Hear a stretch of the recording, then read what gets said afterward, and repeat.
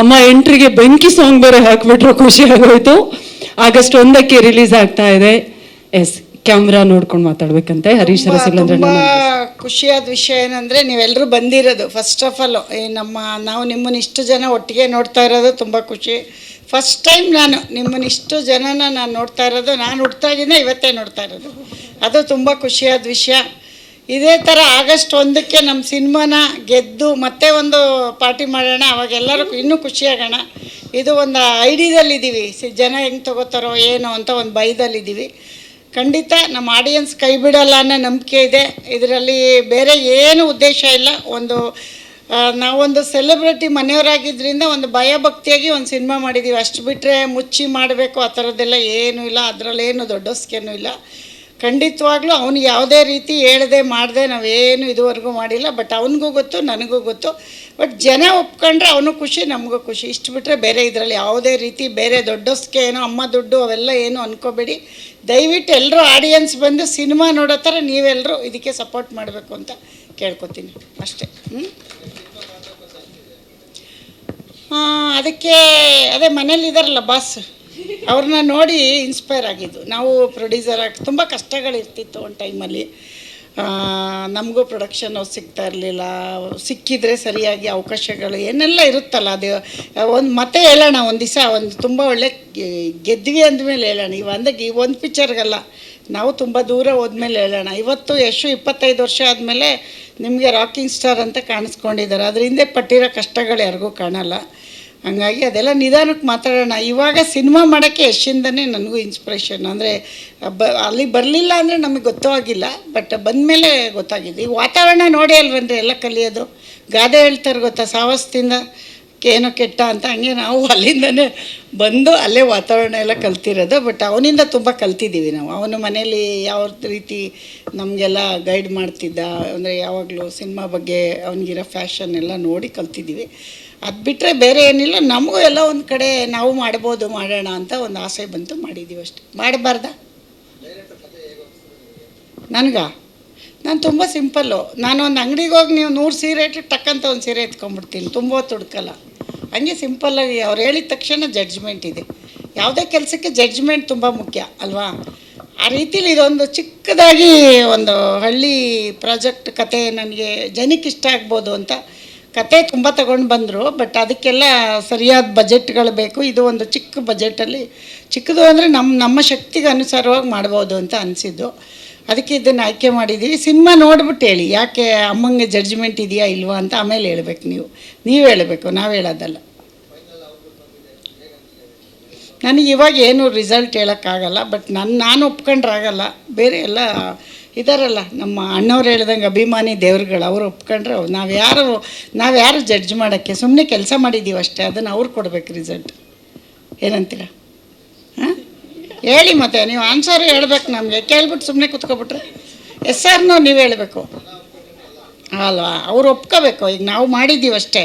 ಈಗ ಸೂಪರಾಗಿ ಅಡುಗೆ ಮಾಡಿದ್ದೀವಿ ಅನ್ಕೋತೀವಿ, ತಿಂದು ಟೇಸ್ಟ್ ನೋಡೋರು ಅವರು ಅಲ್ವಾ? ಹಂಗೆ ಜನ ಹೇಳ್ತಾರೆ ಅಂತ ನಂಬಿಕೆ ಇದೆ. ನೋಡೋಣ. ನನಗೊಂದು ಓಪ್ಸಿದೆ, ನಮ್ಮ ಕನ್ನಡದ ಅಭಿಮಾನಿಗಳು. ಈಗ ಯಶು ಒಂದಿನ ಬಂದಾಗ ಅವ್ನು ಕಿರಾತಕದಿಂದ ತುಂಬ ಇಷ್ಟ. ಇವತ್ತು ಹಾಸನಲ್ಲಿ ಮಾತಾಡ್ತಾರೆ ಕಿರಾತಕ ಸಿನಿಮಾ ನೋಡಿ. ನಮ್ಮ ರಿಲೇಷನ್ ಎಲ್ಲ ಅದೇ ಥರದಲ್ಲಿ ವಿಲೇಜ್ ಸಬ್ಜೆಕ್ಟು ಚೆನ್ನಾಗಿ ಇದೆ ಅಂತ ಆಯ್ಕೆ ಮಾಡಿದ್ದೀವಿ. ನೋಡೋಣ ಹಿಂಗೆ ತೊಗೋತಾರೆ ಅಂತ ಆಮೇಲೆ ಮಾತಾಡೋಣ, ಜನ ತೊಗೊಂಡ್ಮೇಲೆ. ಬರ್ತಾರೆ, ನಾವು ಒಂದಿನ ಹೋಗಿದ್ದೀವಿ, ಹಂಗೆ ಬರ್ತಾರೆ, ಅದೇನು ಬೇಜಾರಿಲ್ಲ. ಬಟ್ ಏನಂದರೆ ಬರೋದು ಈಗ ಕೆಲಸ ಕೇಳೋದು ನಾವು ಕೇಳಬೇಕು, ನೀವು ಕೇಳಬೇಕು, ಅದು ತಪ್ಪಲ್ಲ. ಬಟ್ ನಾವು ನೆಕ್ಸ್ಟ್ ಶರಣ್ ಅವ್ರಿಗೆ ಮಾಡ್ತಾಯಿದ್ದೀವಿ. ಶರಣ್ ಅವ್ರದ್ದಾದಮೇಲೆ ಮುಂದಿಂದು ಪ್ರಾಜೆಕ್ಟ್ ಆಮೇಲೆ ನೋಡೋಣ. ಫಸ್ಟ್ ಶರಣ್ ಅವ್ರಿಗೊಂದು ಕತೆ ಓಕೆ ಮಾಡಿದ್ದೀವಿ.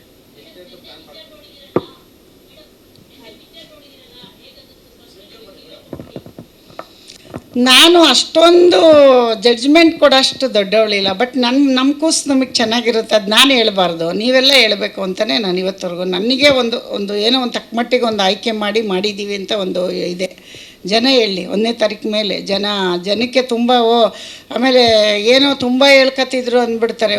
ಒಂದು ಪ್ರಯತ್ನ ಪಟ್ಟಿದ್ದೀವಿ, ಅದನ್ನು ಜನ ಕೊಡಲಿ, ಆಡಿಯನ್ಸ್ ಕೊಡಲಿ ಅಂತ.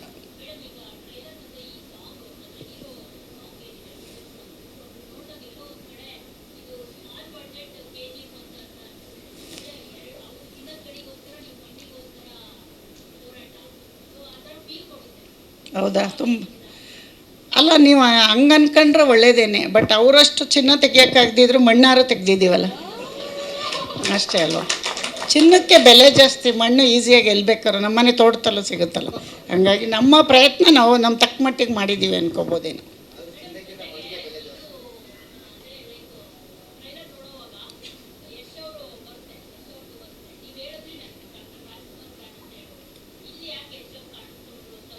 ಯಶ್ ಅವ್ರದ್ದು ನಾನಲ್ಲ, ಹುಡುಗಿ ಅಭಿಮಾನಿ ಅಂತೆ ಇವರು ಮೇಡಮು.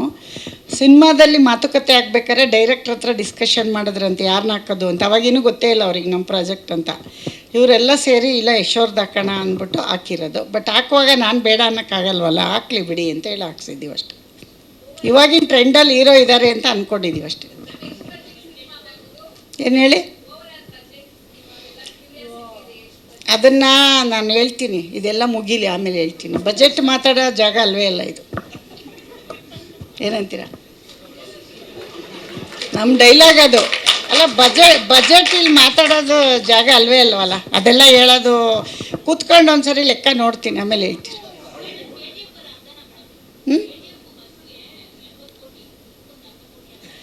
ಅಷ್ಟೊಂದು ದೊಡ್ಡವರಿಲ್ಲಮ್ಮ ನಾವು. KGF ನಮ್ಮ ವಿಜಯ್ ಸರ್ ತುಂಬ ಚೆನ್ನಾಗಿ ಮಾಡಿದ್ದಾರೆ, ಅವ್ರಿಗೆ ಈ ಮುಖಾಂತರ ನೆನೆಸ್ಕೋತೀವಿ. ಅವರಂಥ ಪ್ರೊಡ್ಯೂಸರ್ಸು ಈಗ ಬಂದಿದ್ದಾರಲ್ಲ, KVN ಅವರೆಲ್ಲ ಬರಲಿ. ನಾವು ಅದನ್ನು ನೀವು ಸಿನಿಮಾ ನೋಡಿ ಅಷ್ಟು ಅಂದ್ಕೊಂಡಿದ್ದೀರಾ ಅಂದರೆ ಅದು ನಿಮ್ಮ ದೊಡ್ಡತನ. ಅಮ್ಮವ್ರು ಇಷ್ಟು ಹಾಕಿದ್ದಾರೆ ಅಂತ. ಬಟ್ ಅಷ್ಟೊಂದೆಲ್ಲ ಇಲ್ಲ. ನಾವೇನಂದರೆ ಕಾಟನ್ ಸೀರೆ ಉಟ್ಕೊಂಡ್ರೆ ನಿಮಗೆ ರೇಷ್ಮೆ ಸೀರೆ ಥರ ಕಾಣಿಸ್ತಾ ಇರ್ಬೋದು ಅಷ್ಟೇ. ನಾವು ಕಾಟನ್ ಸೀರೆ ಉಟ್ಟಿದ್ದೀವಿ, ರೇಷ್ಮೆ ಸೀರೆ ಎಲ್ಲ ಉಡೋಷ್ಟು ದೊಡ್ಡವರಿಲ್ಲ. ಆಮೇಲೆ ನೋಡೋಣ ಮುಂದಕ್ಕೆ. 150, 150.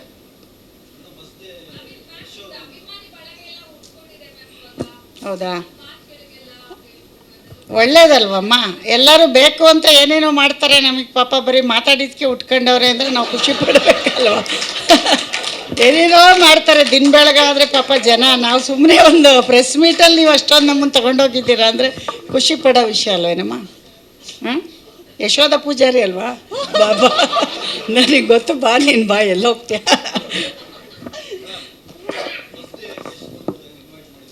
ಬರ್ತಾರೆ, ಕಾಯ್ತಾರಿ ಥಿಯೇಟ್ರ್ ಹತ್ರ. ಯಾವ ಥಿಯೇಟ್ರ್ ಹತ್ರ ಅಂತ ಗೊತ್ತಿಲ್ಲ, ಗೌಪ್ಯವಾಗಿ ಬರ್ತಾರೆ. ಯಾವ ಥಿಯೇಟ್ರು ಅಂತ ಹೇಳಲ್ಲ, ಅನೌನ್ಸ್ ಮಾಡಲ್ಲ. ಬರ್ತಾರೆ, ಖಂಡಿತ ಬರ್ತಾರೆ.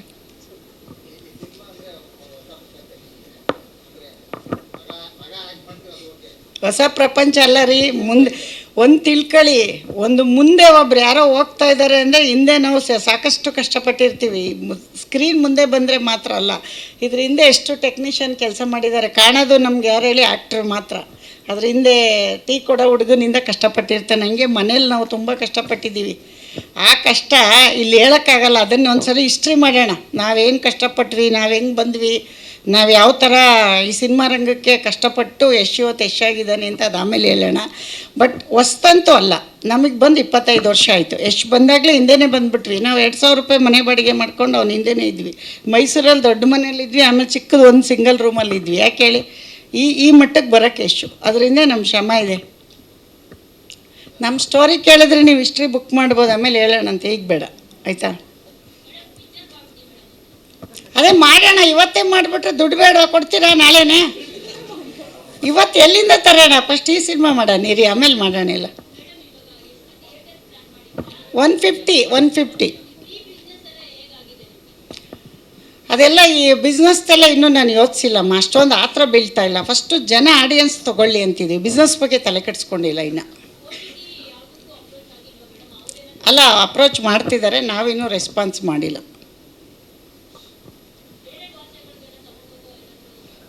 ಬೇರೆ ಭಾಷೆಗೆ ಇಲ್ಲಿ ನಮ್ಮವ್ರು ಒಪ್ಕೊಂಡ ಮೇಲೆ ಪ್ಲ್ಯಾನ್ ಇದೆ. ಫಸ್ಟ್ ಇಲ್ಲಿ ನಮ್ಮವ್ರು ಹೇಗೆ ತೊಗೊಳ್ತಾರೆ ನೋಡಿಬಿಟ್ಟು ಆಮೇಲೆ ಎಲ್ಲದಕ್ಕೂ ಆಗಸ್ಟ್ ಒಂದು ವಾರ ಆಗಲಿ, ಆಮೇಲೆ ನಾನು ಇನ್ನೊಂದು ಪ್ರೆಸ್ ಮೀಟಲ್ಲಿ ಹೇಳ್ತೀನಿ.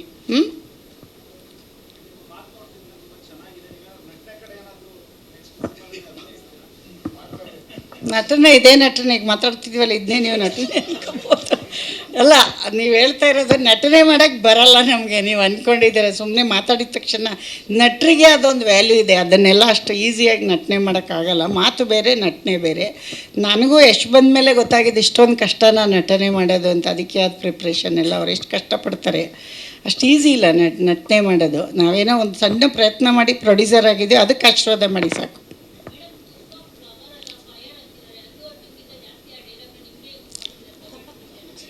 ನೀವು ಆಡಿಯನ್ಸ್ ಹೇಳೋರನ್ನ ಕೇಳಿ, ನನಗೇನು ಗೊತ್ತು, ನಂಗೆ ಯಾರು ಹೇಳ್ತಾವ್ರೆ ಅಂತಲೂ ಗೊತ್ತಿಲ್ಲ. ಹೌದಾ? ಇರು ನಿಂಗೆ ಮಾಡ್ತೀನಿ. ಅವಳಲ್ಲ ಯಶೋಧ ಪೂಜಾರಿ ಅಲ್ಲಮ್ಮ. ಅವನೆಲ್ಲಿ ನಾನೆಲ್ಲಿ, ಅವನು ಎಷ್ಟು ಹೆಸರು ಮಾಡಿದ್ದಾನೆ. ಅದೇನಾಗಿದೆ ಗೊತ್ತಾ, ಹೂವಿಂದ ನಾರು ಹೋಗುತ್ತಲ್ಲ ಹಂಗೆಲ್ಲ ಅವನ ಜೊತೆ ನನ್ನೂ ಕರ್ಕೊಂಡು ಹೋಗ್ತಾವ್ರಷ್ಟೇ.